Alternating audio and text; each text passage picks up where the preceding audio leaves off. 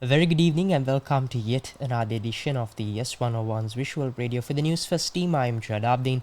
We start off with a look at your headlines. Newsfirst headline.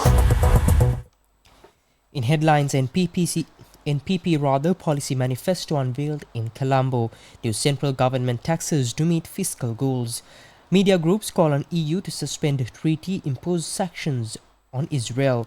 And in sports, Darcy Brown fit for T20 World Cup as Australia prepare to unleash pace duo.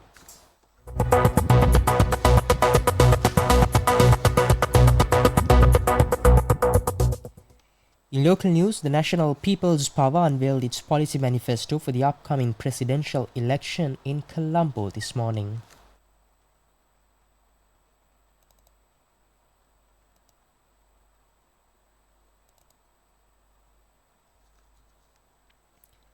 Titled Pohsat Ratak Lassana Jeevitayak, loosely translating to a rich country, a beautiful life, the manifesto unveiled with the participation of a large crowd, including presidential candidate Anurakumara Dissanayake. Presidential candidate Anurakumara Dissanayake expressed views during the event as well.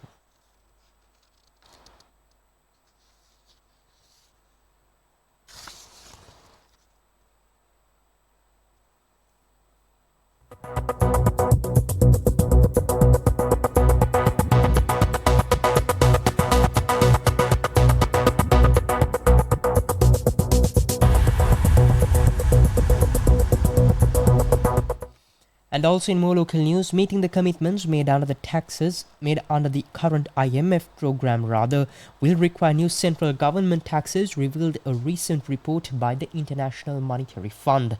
The report notes that under the EFF arrangement, the authority is committed to revamping the property tax system and introducing a wealth transfer tax to support fiscal consolidation. However, in accordance with Sri Lanka's constitution, property-related tax revenue, currently amounting to around 0.2% of GDP, fully accrues to subnational governments.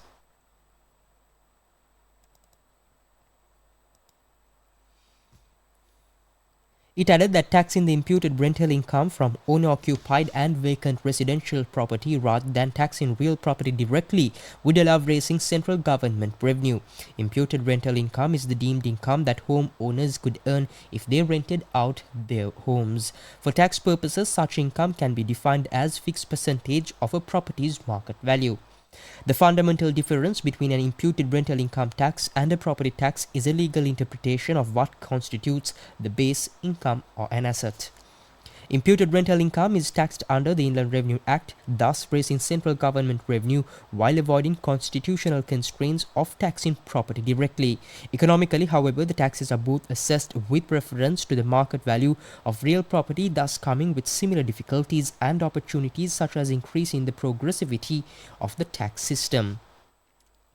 However, given the paucity of information on market values, the revenue yield of such a tax is difficult to gauge but will likely fall short of expectations. The IMF report adds that the lower than expected revenue from nationwide property taxation will require additional tax changes at the central level. The capital gains tax is an important complement to imputed rental income taxation, while it should be reformed to replace the exemption of the first home with a value threshold. As previously recommended, the exemption of capital gains from the sale of listed shares should be removed and the VAT treatment of owner-occupied housing should be aligned with international best practice, including by taxing the first sale of residential properties, said the IMF. Finally, to reduce transfers to local governments, stamp duties on lease contracts and vehicle registration fees could be increased. In the medium term, the reliance on stamp duties should be reduced, while in case the improvement of the main taxes is insufficient to meet the revenue goals, an electricity surcharge would be an easily administered approach to support central government revenue, but it would be weakly targeted and less equitable.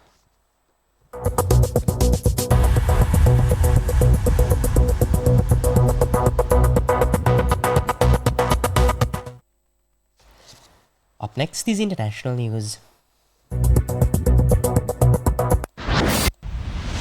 International news.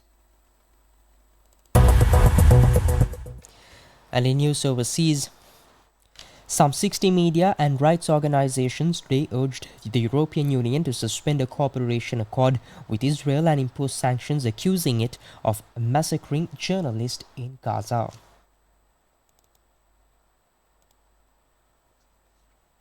The call came ahead of a meeting by EU foreign ministers in Brussels on the 29th August. The letter said that the period following Hamas's attack on Israel on the 7th October 2023 and Israel's devastating retaliatory assault on the Gaza Strip has been the deadliest for journalists in decades.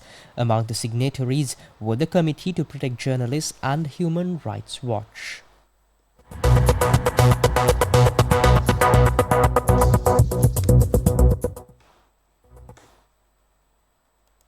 And up next is your update on sports. Sports news.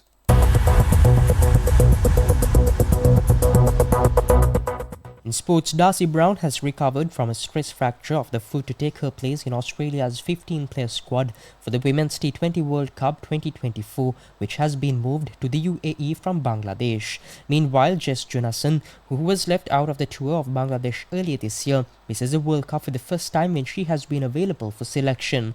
It is a very settled squad of 15 led by Alyssa Haley as Australia look to make it 4 T20 World Cup titles in a row.